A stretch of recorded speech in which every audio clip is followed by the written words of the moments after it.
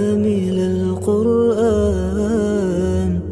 قد خصك الرحمن بالفضل والتيجان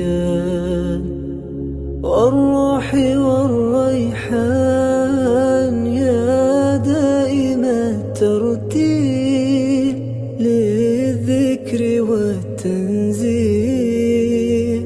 بشراك يوم رحيل ستفوز بالغفران يا قارئ الآيات في الجمع والخلوات